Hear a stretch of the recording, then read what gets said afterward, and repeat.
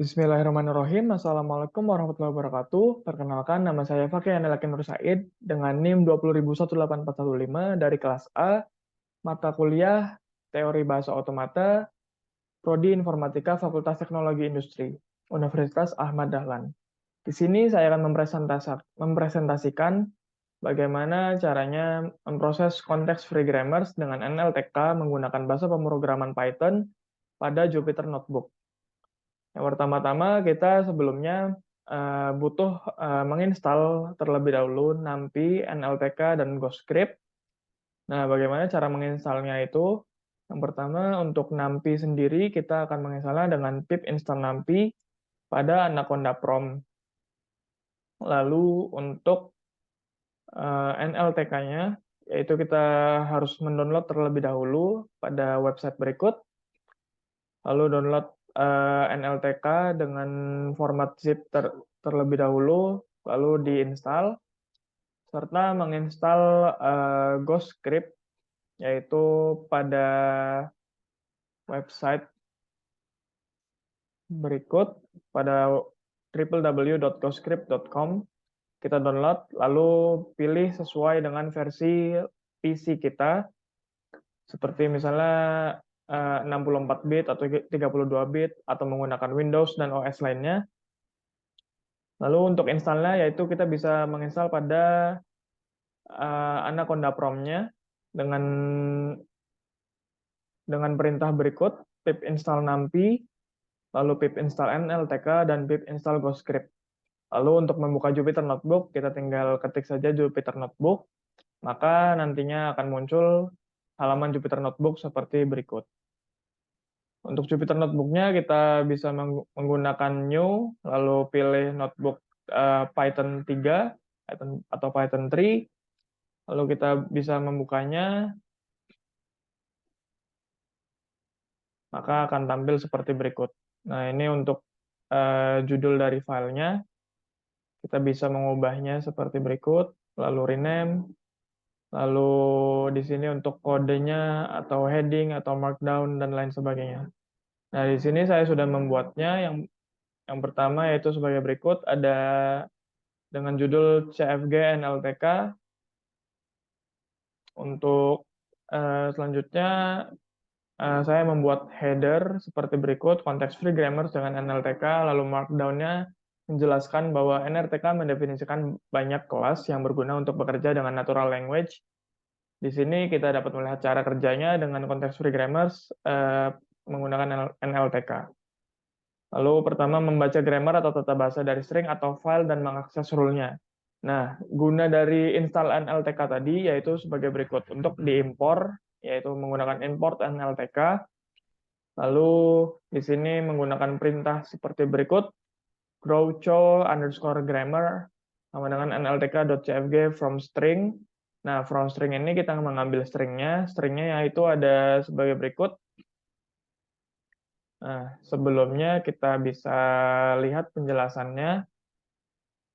Nah, misalkan ini parsing, inputnya Boeing is located in Seattle, outputnya sebagai berikut. Boeing is located in Seattle. Nah, untuk yang bingung, S itu apa, NP itu apa, VP itu apa, DT, NV, dan lain sebagainya. Nah, di sini saya sudah mencatatnya. Nah, untuk S sendiri yaitu sentence atau kalimat, lalu NP yaitu non-phrase, frasa hasil gabungan kata benda atau noun, kata ganti benda atau pronoun atau angka, lalu VP adalah verb phrase, kata kerja frasa, lalu V adalah verb, kata kerja yang artinya kata kerja, lalu det atau DT yaitu determiner atau penentu, kata atau kelompok kata yang ditempatkan di depan noun untuk membatasi makna noun tersebut. Nah, bisa kita lihat di sini setiap ada determiner itu pasti sebelum noun. Nah, seperti berikut. Begitu juga pada contoh yang saya buat nanti. Lalu penjelasan berikutnya yaitu N yaitu noun, kata benda, lalu double P, preposition, yang artinya kata atau kumpulan kata yang digunakan sebelum kata benda. kata ganti orang, atau frasa benda untuk menunjukkan arah, lokasi, waktu, hubungan tempat, atau mengenalkan sebuah objek. Lalu di sini saya akan menjelaskan juga yaitu parsing. Parsing itu yaitu membentuk pohon parsingnya yaitu parse tree. Nah, ini namanya parsing dari subjek, maksud saya sentence, dari kalimat itu dibutuhkan noun phrase, lalu verb phrase, dan lain sebagainya. Nah, parsing ini sebuah pohon tree atau suatu graph terhubung tidak sirkuler yang memiliki satu simpel atau node atau vertex yang disebut akar atau root, dan dari root memiliki lintasan ke setiap simpul. Lalu pohon penurunan atau parse tree ini berguna untuk menggambarkan simbol-simbol variabel menjadi simbol-simbol terminal. Setiap simbol variabel akan diturunkan menjadi terminal sampai tidak ada yang belum tergantikan. Nah, proses penurunan parsing ini dilakukan dengan cara penurunan terkiri, leftmost derivation, yaitu simbol variabel terkiri yang diperluas terlebih dahulu, dan juga penurunan terkanan atau rightmost derivation, yaitu simbol variabel terkanan yang diperluas terlebih dahulu. Nah, untuk selanjutnya saya akan menjelaskan bagaimana caranya pada Jupyter Notebook. Yang dilanjutkan ya ini sentence atau kalimat, lalu ini noun phrase, verb phrase, lalu ini preposition. Jadi di sini itu sentence, dalam sentence terdapat noun phrase dan verb phrase. Dalam preposition terdapat phrase dan noun phrase. Dalam noun phrase terdapat determiner, noun, dan juga dalam determiner ada noun, preposition, dan di sini saya menggunakan I atau saya. Lalu verb phrase terdapat verb dan noun phrase. Lalu determiner menggunakan an sebagai kata ganti dari sebuah dalam bahasa Inggris. Lalu ada pun determiner lainnya menggunakan my sebagai kata kepemilikan.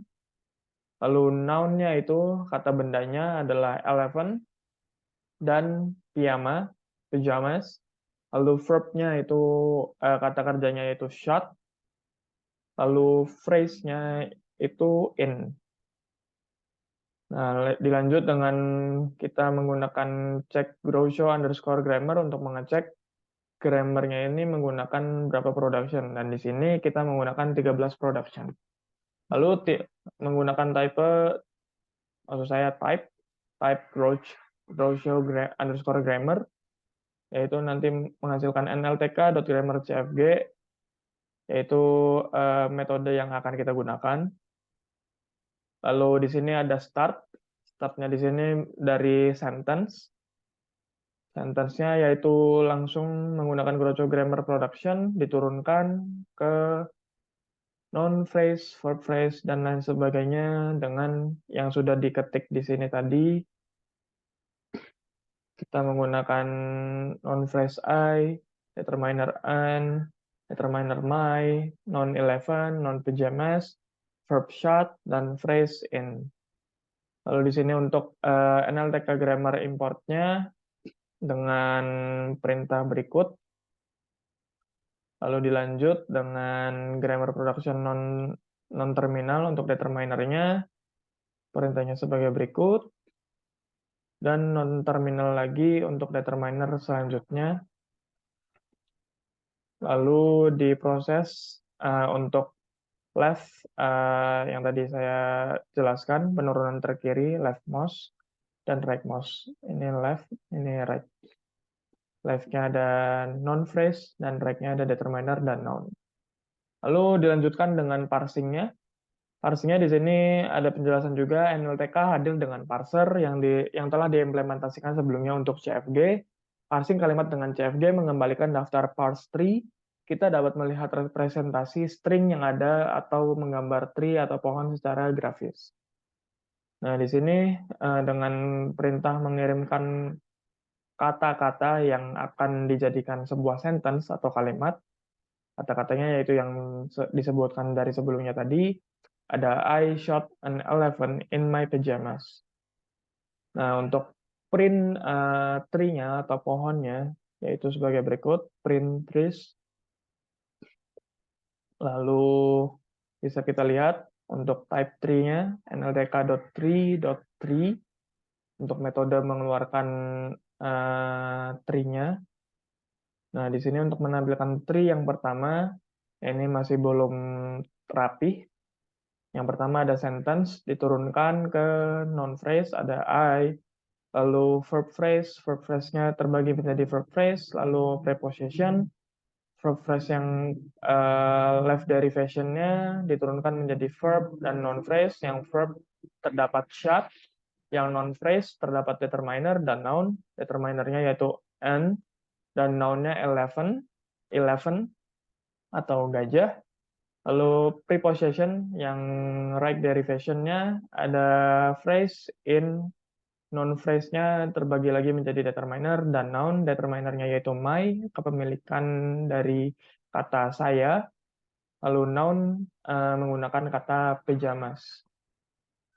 Yang artinya di sini kita bisa lanjut lagi untuk merapikan trees yang kedua, yaitu trees menggunakan perintah trees kurung siku 1, maka menghasilkan pohon yang lebih rapi lagi, dan bisa kita lihat untuk kalimatnya yaitu I shot an elephant in my pajamas, yang artinya saya menembak seekor gajah di menggunakan piyama saya. Nah, untuk NLTK ini kita juga bisa mengubahnya. Di sini saya menggunakan kalimat lain atau kata-kata lain. Untuk metodenya atau langkah-langkahnya sama seperti yang sebelumnya. Yang pertama import NLTK-nya terlebih dahulu, lalu di sini Groucho underscore grammar-nya diubah untuk sentence-nya yang tadinya misalkan determiner kita menggunakan an dan my. Kalau di sini kita menggunakan dan my, lalu untuk noun phrase-nya kita tetap menggunakan I, tapi di sini noun phrase itu kita bisa menggunakan kata lain karena noun phrase bisa menggunakan she, he, it, they, we, I, you, atau kata ganti misalkan merekanya itu merekanya itu murid-murid, bisa menggunakan kata murid atau students menggunakan bahasa Inggris atau bahasa Indonesia. Nah, di sini bisa kita ubah sesuai kemauan kita, tapi di sini saya menggunakan I, lalu determinernya e, atau lalu ada determiner 2 my, noun-nya itu duck atau bebek, lalu ada sniper, lalu verb-nya itu shot, sama seperti sebelumnya, lalu phrase-nya yaitu with. Nah, dilanjutkan dengan langkah berikutnya sama seperti sebelumnya, dan ternyata menggunakan 13 production juga. Lalu langkah berikutnya untuk melihat sentence-nya, kita bongkar terlebih dahulu. Dari sentence itu ada apa saja, noun phrase, verb phrase, determiner, dan lain sebagainya. Lalu untuk form production-nya, untuk left ada noun phrase, left derivation, right-nya ada determiner, right derivation lagi ada determiner berikutnya. Lalu untuk send, mengirimkan kalimatnya yaitu I shot a duck with my sniper.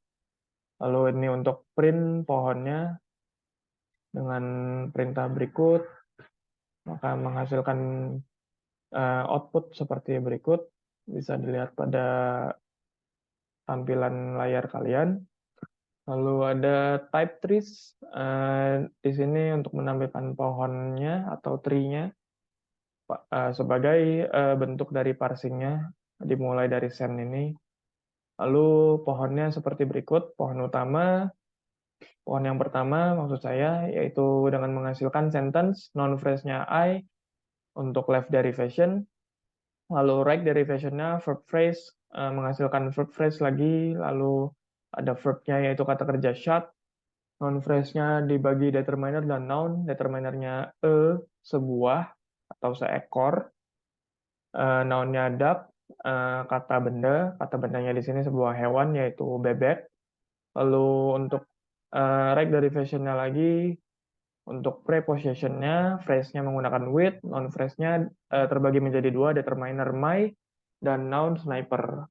Lalu di sini menggunakan perintah berikutnya, tris kurung sikuan, untuk merapikan pohonnya.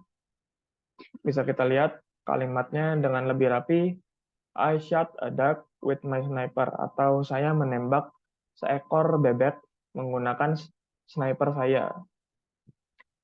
Begitu untuk metode NLTK atau context free grammar menggunakan NLTK dengan bahasa pemrograman Python pada Jupyter Notebook.